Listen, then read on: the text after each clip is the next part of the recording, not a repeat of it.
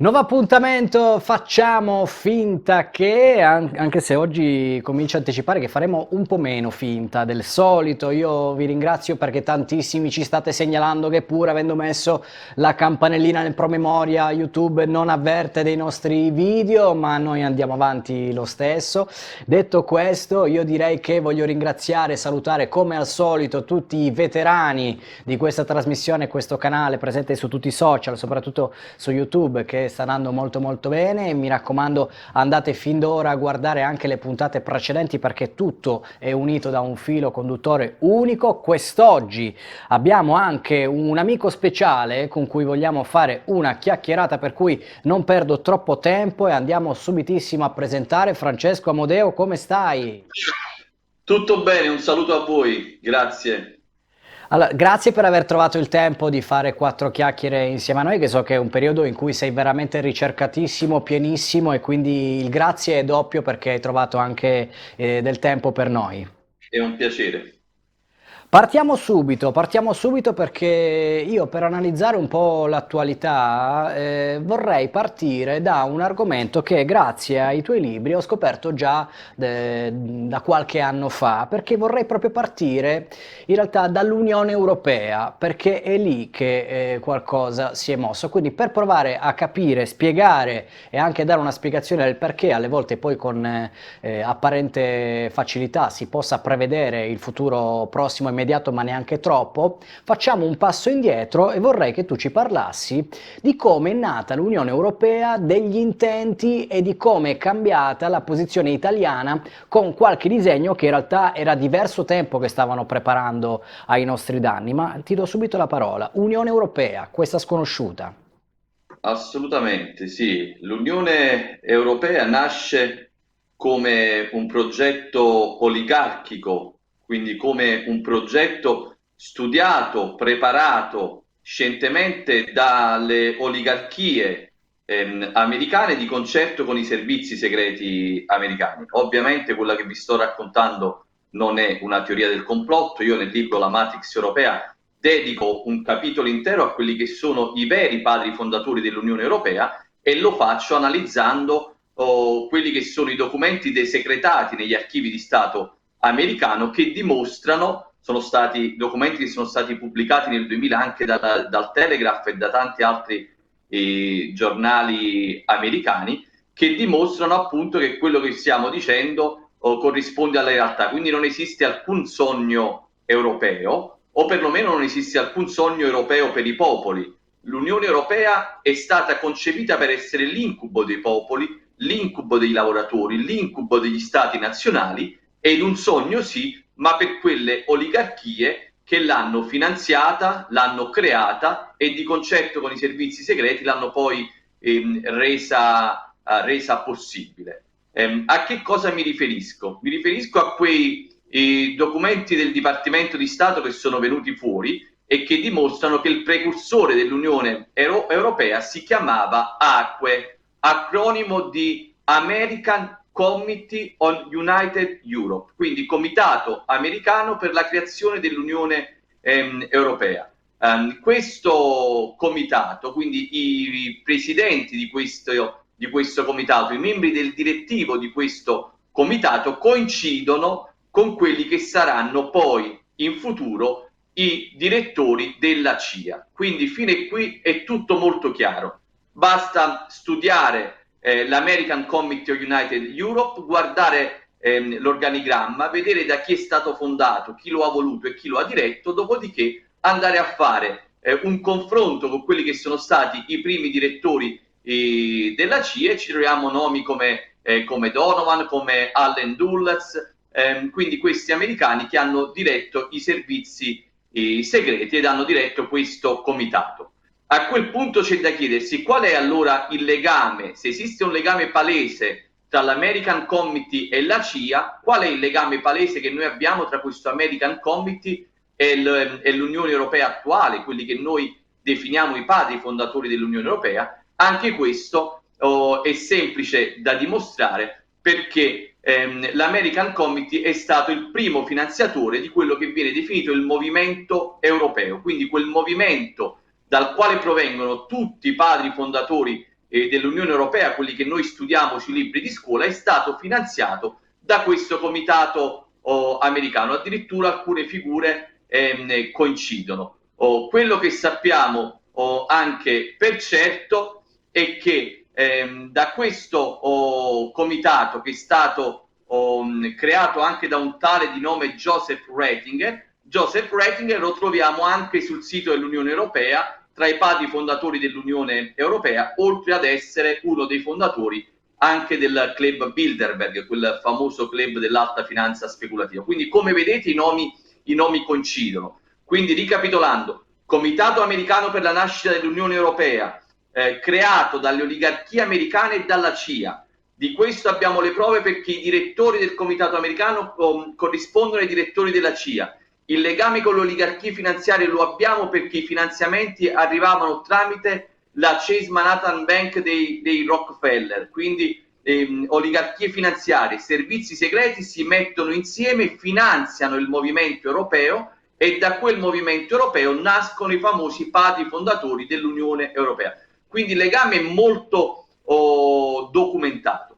Se vogliamo un'ulteriore prova di quello che sto dicendo, quindi proprio a dimostrazione che non stiamo citando nessuna teoria del complotto, ma stiamo parlando di dati reali, vi basterà, anche se non sarà facile perché è un libro che non si trova, io però l'ho qui nel cassetto a fianco a me, vi basterà aprire il Diario Europeo di Spinelli. Io ho riportato tutto nel libro La Matrix Europea, anche i link, anche le parole che adesso vi sto, le cose che adesso vi sto raccontando. Nel Diario Europeo di Spinelli, quando si parla di Unione Europea, non leggiamo di Ventotene, perché noi sappiamo bene che gli europeisti hanno creato questa favola di questa Unione Europea concepita dai socialisti in esilio sulla bellissima isola di Ventotene, che fuggivano dal fascismo. Esatto, questa è la copertina del Diario Europeo di Spinelli. Quindi ci hanno raccontato che questi socialisti in fuga dal fascismo si ritrovano sulla bella isola di Ventotene e decidono di creare l'Europa dei popoli, che poi diventerà realtà. Ovviamente quello si chiama Manifesto di Ventotene, e come tutti i manifesti non fa altro che portare fuori quelle che sono delle idee che si sarebbero volute portare a compimento. Quest'altro che invece stiamo vedendo si chiama diario. Quindi in un diario uno non scrive quello che scrive in un manifesto, cioè quello che vorrebbe fare. In un diario si scrive quello che realmente si è compiuto. Quindi se andiamo a mettere le due cose a paragone, ci rendiamo conto che quelle del manifesto sono rimaste delle bellissime parole di questo sogno europeo che non si è mai realizzato. Nel diario, dove Spinelli invece racconta giorno per giorno quello che realizza, leggiamo per esempio che Altiero Spinelli volerà a Washington, ed è lì che verranno poste le basi per l'Unione Europea. Quindi dimenticate Ventotene. Spinelli ci dice che è volato a Washington, e a Washington, secondo voi, con chi è andato a parlare per creare l'Unione dei popoli? È andato a parlare alla Rockefeller Foundation, è andato a parlare alla Ford Foundation, è andato a parlare con Donovan, che poi sarà direttore dei servizi segreti, e addirittura Donovan sarà il responsabile della operazione Gladio, quindi di quell'organizzazione paramilitare clandestina che troviamo dietro i maggiori eventi che hanno sconvolto il nostro paese negli anni della strategia della tensione. Eppure Spinelli lo dice: ho portato il mio piano a Donovan, sono stato accolto alla Rockefeller Foundation. Quindi io non sto inventando nulla. Il Diario Europeo, tu hai fatto benissimo a mostrare le immagini, basta andare a vedere cosa ha fatto alla fine degli anni 50, c'è tutta la cronologia. I nomi che lui ha incontrato sono questi che vi sto dicendo. Perché li ha incontrati? Lo scrive anche lui nel diario: per chiedere i fondi per il mio progetto di Unione Europea, che loro hanno voluto fare proprio. Certamente alle oligarchie americane e ai servizi segreti serviva ovviamente un'Europa unita da essi stessi, eterodiretta, in funzione poi anche antisovietica ai tempi della guerra fredda. Quindi questa Europa è nata come l'Europa delle oligarchie, è nata come l'Europa per portare avanti gli interessi di una ristrettissima cerchia di persone. Non è mai nata come l'Europa dei popoli, anche perché le fondazioni come la Rockefeller Foundation, come la Ford Foundation, personaggi come Allen Dulles, come Donovan, i popoli li disprezzano. Queste grandi multinazionali vedono le conquiste sociali e salariali dei lavoratori come un intralcio, ovviamente, ai loro obiettivi di monopolio e di profitto. Quindi immaginate se avessero finanziato un'Unione Europea per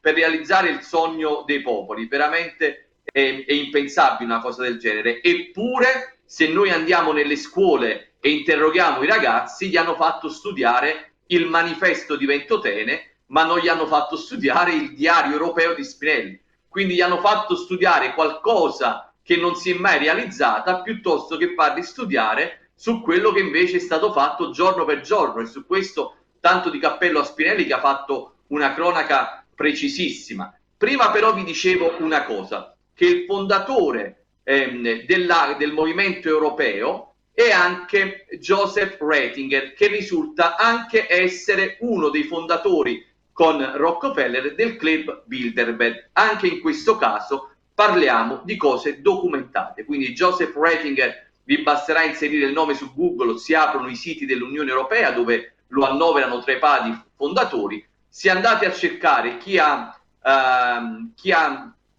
costruito il Club Bilderberg, quindi chi ha dato vita a questa organizzazione oligarchica e antidemocratica, troverete lo stesso Joseph Ratzinger. Per quale motivo queste due cose sono nate parallelamente? Perché, dato che l'Unione Europea doveva essere eterodiretta dalle oligarchie americane, doveva coinvolgere i servizi segreti americani, così come abbiamo letto nei documenti desecretati e portati alla luce da Josh Apollo, un ricercatore americano, anche sul Telegraph nel 2000. Dato che doveva avvenire tutto questo, era ovvio che bisognava poter riunire i servizi segreti americani, i servizi segreti europei, i membri delle oligarchie americane, i membri delle oligarchie europee, il tutto senza far sapere nulla ai popoli. Come potevano fare tutto questo? Ci sarebbero stati due modi: o farlo segretamente, quindi riunirsi totalmente in segreto. Ma sapete cosa vuol dire muovere 100-120 persone, dei personaggi più noti, e farli riunire in totale segreto senza far sapere nulla? Ovviamente qualche notizia col tempo sarebbe potuta trapelare e questo piano magari poteva finire sotto i riflettori dell'opinione pubblica. Quindi si sono inventati un altro metodo. Hanno detto: noi ci riuniamo, raccontiamo all'esterno, quindi addirittura comunichiamo che esiste una riunione annuale che si chiama Club Bilderberg, però tutto quello che viene discusso all'interno di questo club non può essere riportato all'esterno. Quindi hanno fatto un duplice obiettivo, hanno raggiunto quello di potersi riunire senza paura che qualche giornalista tipo Francesco Amodeo, nascosto fuori agli hotel come ho fatto per anni, portasse le fotografie di quegli incontri o mostrasse addirittura i video. Quindi bypassano i rompicacchio come Amodeo in questo modo, ma nello stesso tempo però chi partecipa a quelle riunioni non ne può parlare all'esterno. Quindi in questo modo creano comunque quella segretezza rispetto al piano che porteranno avanti dal 1954 fino all'ultima riunione che è avvenuta prima del Covid nel 2019. Quindi il piano è molto chiaro. Ecco perché diciamo, chi è dietro il movimento europeo è anche lo stesso che dietro la creazione del Club Bilderberg, perché le due cose coincidono: oligarchie americane, servizi segreti, progetto di Unione Europea. Come lo organizziamo? Lo organizziamo all'interno di queste riunioni, come il Bilderberg, come la Trilaterale, come il CFR in America, come il RIA, dove noi ci riuniamo, decidiamo chi può essere utile per portare avanti questo progetto e non facciamo sapere nulla all'esterno, quindi totalmente a discapito dei popoli. Tant'è vero che se noi guardiamo le prime riunioni e guardiamo il comitato direttivo, per esempio, del Club Bilderberg, troviamo personaggi come i Rothschild, come i Rockefeller, come lo spietato Henry Kissinger, e con loro c'era però nella lista ufficiale Mario Monti e Romano Prodi. quelli che poi sono diventati, Romano Prodi è diventato il Presidente del Consiglio europeo, Presidente della Commissione europea, nella Commissione europea di Prodi ci sarà proprio Mario Monti, che poi diventerà commissario europeo, che poi imporranno in Italia, che poi diventeranno tutti e due Presidenti del Consiglio in Italia e firmeranno quegli accordi che servono per l'Unione Europea. Mario Monti Romano Prodi è l'artefice del Trattato di Maastricht, del Trattato di Lisbona, Mario Monti del Fiscal Compact, del MES, del pareggio di bilancio. Quindi, come vedete, all'interno di quelle organizzazioni preparano i propri uomini e poi col tempo li obbligano ad eseguire quelli che sono gli step necessari per la creazione di quell'Unione Europea delle oligarchie. Guardate nelle liste ufficiali non degli invitati, ma addirittura del direttivo del Club Bilderberg sul sito ufficiale e vedete che negli anni della costruzione dell'Unione Europea nel direttivo c'erano Romano Prodi e Mario Monti, più in là troveremo Mario Draghi, poi verrà invitato Enrico Letta, poi verrà invitato Matteo Renzi, guarda caso tutti personaggi che hanno contribuito al completo svuotamento delle sovranità nazionali, tutto in favore di questo incubo europeo e tutto in favore di quelle oligarchie che hanno preso il totale controllo di questa istituzione. Addirittura, se noi guardiamo la lista del Bilderberg del 2016, in una riunione che doveva essere basata tutto sulla discussione sull'Unione Europea, come scrivono loro stessi sul sito ufficiale, quindi 2016, riunione sull'Unione Europea, troviamo nella lista insieme Christine Lagarde, troviamo la Georgieva, troviamo Charles Michel, troviamo l'attuale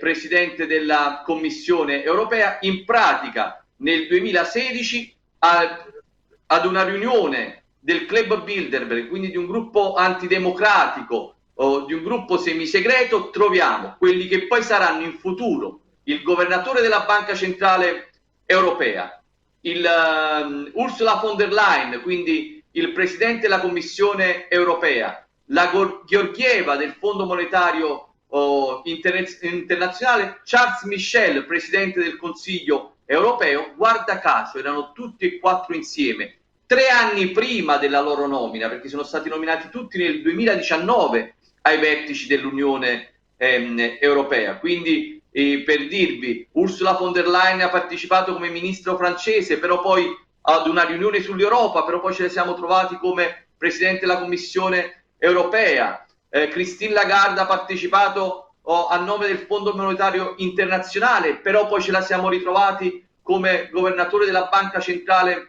Europea. A quella riunione c'era anche la Georgieva, che poi ha sostituito la Lagarde al Fondo Monetario Internazionale. Quindi è quello che io chiamo cartello finanziario, perché in realtà fanno cartello, si aiutano a vicenda ed è tutta una combriccola che poi sembra complottistico dire decidono le sorti, ma in qualche modo, diciamo così, provano a fare i loro interessi. E dato che da quest'altra parte non c'è un popolo che si oppone ai loro piani, ecco allora che riescono a realizzare quello che vogliono, non perché sono gli illuminati che comandano il mondo con poteri sovrannaturali, ma semplicemente perché sono persone che si organizzano, che si riuniscono, che si coordinano, che hanno le risorse per farlo e che provano ad imporre i loro specifici interessi. Dato che dall'altra parte non c'è opposizione,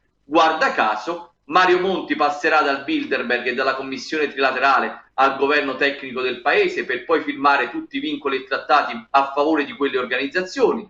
Letta sostituirà Monti al Bilderberg per poi sostituirlo al governo del paese. Poi chiamano Renzi nel 2019 che quando torna fa cadere un governo e fa arrivare Mario Draghi, membro di queste stesse organizzazioni. Nel 2016 riuniscono tutti quelli che stanno poi ai vertici dell'Unione Europea. Come vedete è tutto documentato, è tutto chiaro. L'unica cosa che non è chiara è come è possibile che il popolo di tutto questo non si renda conto di nulla. Io nella Matrix europea ho fatto nomi, cognomi, link, citazioni, tutto nel 2014. Adesso vi mostro una cosa che fino adesso non ho mai fatto vedere. Il libro è la prima edizione 2014, ok? Quindi nel 2014, poi c'è stata una seconda edizione con l'inserimento di alcuni capitoli, ma nel 2014 io che cosa scrivevo? Facevo un capitolo che si chiama I responsabili ancora operativi, cioè chi di queste organizzazioni è ancora operativo e potrebbe ricoprire nuovamente incarichi decisionali. Mettevo, guardate, ve li faccio vedere in diretta perché me ne sono accorto proprio l'altro giorno di come avessi... Allora, scrivo Mario Draghi, ok, poi che cosa scrivo di Mario Draghi? Tutto quello che ha fatto a favore di queste organizzazioni e contro i popoli, e alla fine dico che cosa potrebbe, che incarico potrebbe adesso avere in futuro, e dico potrebbe avere come incarico quello di diventare il presidente del Consiglio in Italia. Mario Draghi è diventato il presidente del Consiglio in Italia. Dopodiché, eccolo qua, ve lo faccio vedere, quello che potrebbe diventare presidente del Consiglio in Italia.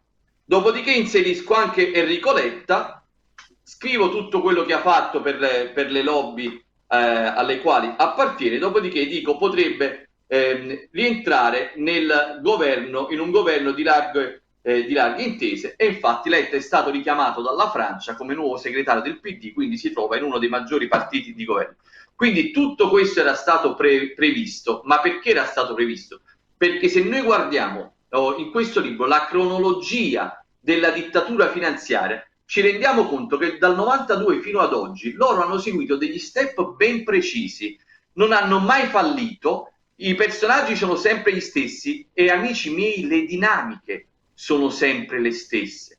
Quindi questo dal 92, utilizzo della teoria della shock therapy, quindi approfittare o addirittura indurre uno stato di shock politico, sociale, economico o sanitario in un paese per poi costringere il popolo ad accettare delle misure che altrimenti non avrebbe mai accettato. Lo abbiamo visto nel 92, lo abbiamo con la strategia della tensione, con le stragi, lo abbiamo visto nel 2011 con la famosa crisi dello spread, la caduta di un governo democraticamente eletto, dove hanno approfittato per portare al governo Mario Monti, lo abbiamo visto nel 2020 quando è stata strumentalizzata la teoria dello shock a proposito della pandemia per dire fate presto anche questa volta e accettate l'ennesimo presidente del Consiglio tecnico che, guarda caso, proviene dalle stesse organizzazioni del suo predecessore e porterà ovviamente avanti gli interessi di specifiche categorie. Addirittura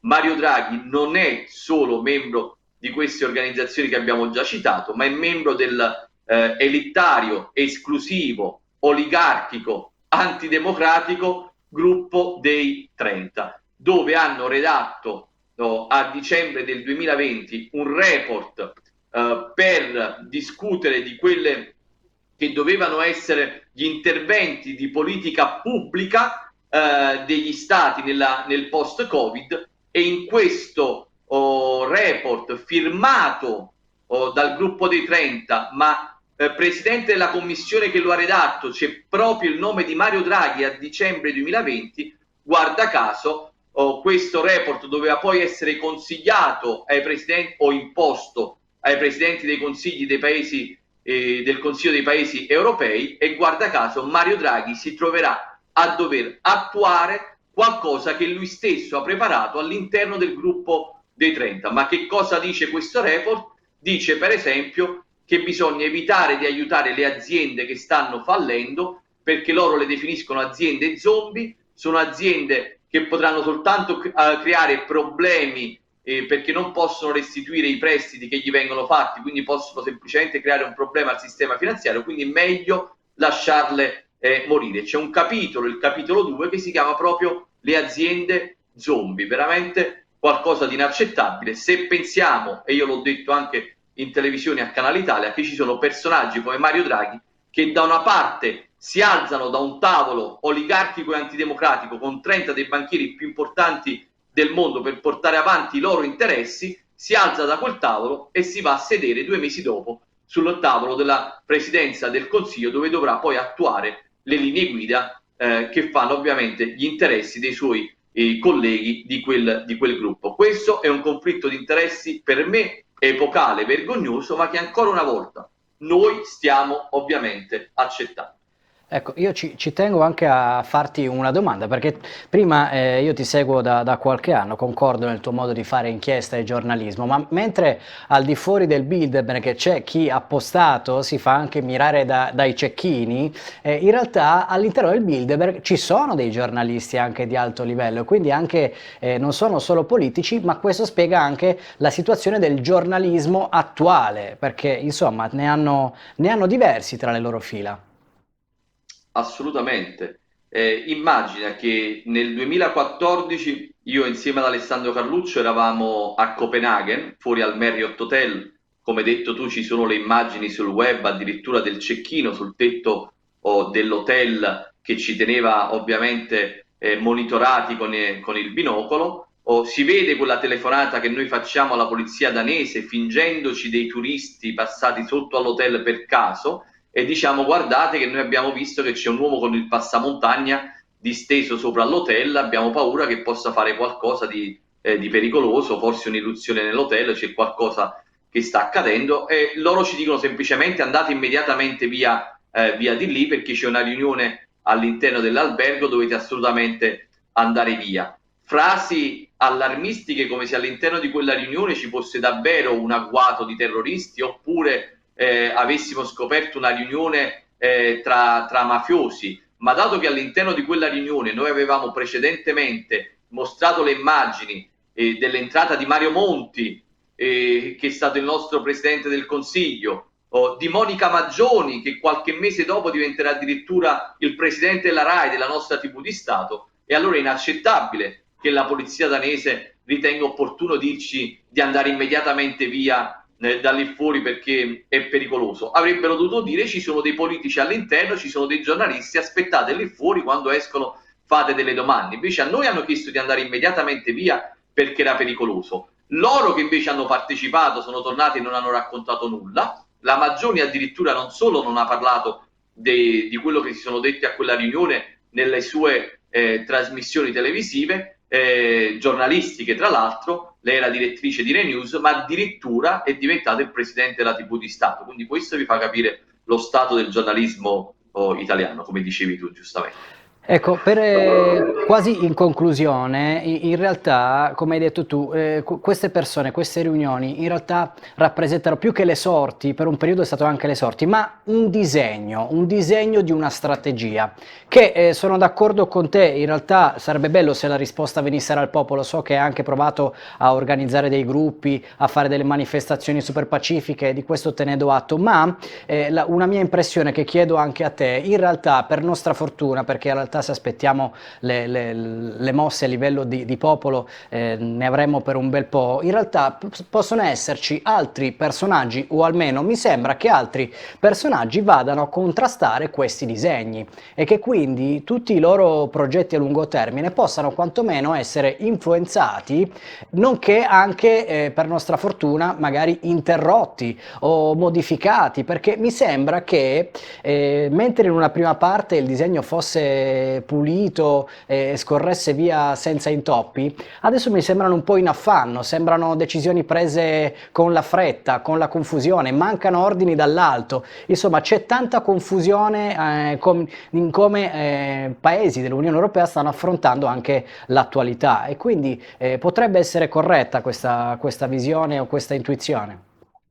Sì, parzialmente sì, però dobbiamo fare attenzione. Allora, questi gruppi non sono più un monolite, quindi non è più come era nel 1954 quando sono stati, per esempio, creati, dove c'era il monopolio assoluto degli Stati Uniti e gli apparati degli Stati Uniti guidavano insieme ai servizi segreti queste organizzazioni e ovviamente non c'era assolutamente né contraddittorio né qualcuno capace di opporsi a quei livelli lì, quindi all'interno di quei gruppi. Lo abbiamo visto poi negli anni 70 quando in Italia, quando in Sud America hanno creato l'operazione Condor contro tutti quei capi di Stato, di governo o contro quei popoli che provavano ad opporsi. Stessa cosa hanno fatto in Italia quando hanno creato Gladio, però fondamentalmente la regia era unica, erano tutti concordi e quindi si andava ovviamente a vele spiegate. Ora non è più monolite, ci sono delle grosse problematiche e dei grossissimi scontri interni, però facciamo attenzione, per liberare i popoli c'è bisogno del popolo, perché loro stanno lottando internamente, ma non per liberare noi, semplicemente per effettuare un cambio di sistema. È ovvio che c'è l'ala un po' più umana, che ovviamente, qualora dovesse riuscire a prendere il sopravvento su quella più estrema, sarebbe un bene anche per noi, però ovviamente questi non vogliono fare gli interessi dei popoli. Abbiamo visto esaltare in tutti i modi Trump, ed è vero, il nemico del nostro nemico è un nostro amico. Sicuramente Trump si è opposto all'ala più estremista, l'ala proprio quella, non fatemi usare termini brutti, quelli che hanno veramente un progetto contro i popoli pazzesco. Però Trump avrebbe fatto comunque gli interessi degli Stati Uniti, comunque gli interessi dell'America contro l'Italia. Certo, levandoti da torno qualche suo nemico, ci saremmo trovati anche noi con qualche nemico in meno, questo è indubbio, ma non cadiamo nell'errore di pensare che personaggi di quei settori là, di quegli ambienti là, che si stanno combattendo e facendo opposizione tra di loro, lo stiano facendo per il bene dei popoli o addirittura per il bene del popolo italiano. Anzi, nonostante io sono un personaggio che segue molto Trump, nel mio libro addirittura spiego come hanno strumentalizzato la pandemia anche per farlo fuori, nell'altro libro 31 coincidenze sul coronavirus. Però vi dico, se Trump avesse sul tetto di una montagna Francesco Amodeo e Biden, e qualcuno gli dicesse: chi vuoi buttare giù, Francesco Amodeo o Biden? Trump è americano, mentalità statunitense, American first, butta giù Francesco Amodeo e si tiene Biden. Questo deve essere chiaro a tutti, altrimenti cerchiamo la soluzione dall'esterno, pensando che arrivi qualche superuomo che fa parte di quegli ambienti lì per salvarci. No, la salvezza può arrivare soltanto dai popoli. Poi, viva Trump, che magari riesce a creare problemi a quell'ala realmente satanica, distruttiva, chiamatela come volete, degli apparati americani. In questo ci fa un grande favore. Trump potrebbe opporsi, come stava facendo, alla Germania in Europa, e ci fa il secondo grande favore, ma non è che lo fa perché vuole esaltare la democrazia in Italia. Cioè, quando si è trattato di fare il tweet a favore di Conte, lo ha fatto perché Conte magari aveva ripreso il decreto sul 5G così come lui gli aveva chiesto, quindi se ne frega degli italiani che si trovano Conte al governo. L'importante è che Conte è riuscito a muovere delle pedine in suo favore. Questo deve essere chiaro, perché soprattutto nei nostri ambienti invece c'è un'esaltazione di personaggi esterni, come può essere il grande Putin. Magari Putin riuscisse a prendere a calci nel sedere a Biden, ma non è che lo fa perché vuole la sovranità degli italiani, perché magari vuole esercitare un controllo lui sugli italiani, piuttosto che lasciarlo esercitare a Biden. 1000 volte Putin piuttosto che Biden, ma noi quello a cui dobbiamo aspirare è a essere liberi e sovrani, a difenderci con le nostre forze e soprattutto a far capire ai popoli che da questa condizione soltanto i popoli si possono liberare. Non c'è il Salvatore esterno. Ecco, io in realtà vorrei chiudere nei pochissimi minuti rimasti, analizzando un po' il presente, perché poi nessuno ha la sfera di cristallo e vedo molti che si rivolgono a te come se avessi veramente la sfera di cristallo per predire il futuro. Ma che cosa può accadere nel futuro più imminente? Proviamo, chiudiamo se riusciamo, con un po' di ottimismo e con una previsione. Allora, ora sono tutti in guerra fra di loro, fortunatamente, quindi ora noi siamo in quella fase in cui possiamo godere tra i due litiganti, perché i due litiganti vuol dire America e Cina, i due litiganti vuol dire America, Stati Uniti con gli apparati americani, due litiganti vuol dire Stati Uniti Europa, due litiganti vuol dire Francia e Germania. Si stanno anche lì inclinando i rapporti, quindi adesso in tutti questi scontri in atto noi possiamo essere il terzo che gode nello scontro tra gli Stati Uniti e l'Europa, nello scontro tra gli Stati Uniti e la Cina. Però dobbiamo avere una classe dirigente, capace di prendere le occasioni che in questo momento ci troviamo davanti, e soprattutto adesso c'è bisogno del supporto dei popoli, che devono far capire che questo può essere un governo di transizione, ma è un governo tecnico, quindi bisogna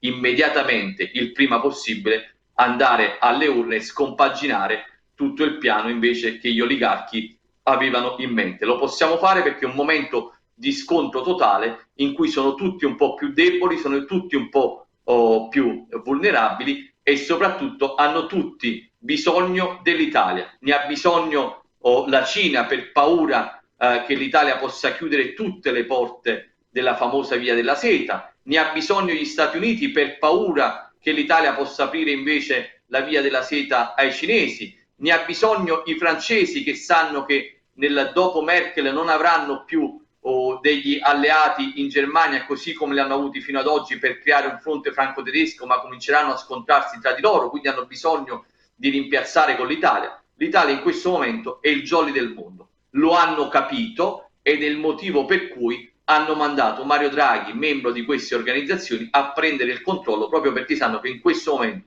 un governo sovranista o anche pseudo sovranista, ma chiunque eletto dai popoli che debba fare gli interessi dei popoli, si accorgerebbe che l'interesse del popolo in questo momento potrebbe essere fatto in 1000 modi, perché hanno tutti bisogno dell'Italia.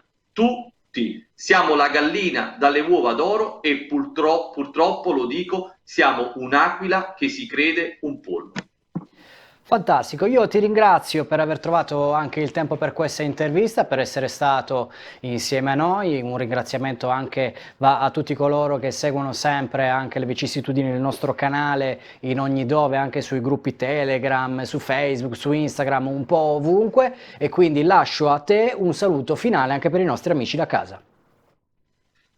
Un saluto a tutti, mi raccomando, non lasciate mai che la paura abbia la meglio su di voi. Ricordatevi che l'uomo è protagonista e artefice del proprio destino. Ricordatevi che attraverso i nostri stati dell'essere noi creiamo gli eventi che corrisponderanno nel mondo reale, quindi se vogliamo liberare il paese, se vogliamo dare speranza a questo paese, dobbiamo cominciare a impegnarci in prima persona, rendendoci conto di essere gli artefici unici del nostro destino e di quello del nostro paese. Quindi forza, coraggio, usciamo da questo momento difficile, non ci piangiamo addosso, ma troviamo la forza e l'ottimismo per prendere in mano le redini della situazione. Un abbraccio a tutti e grazie per avermi invitato.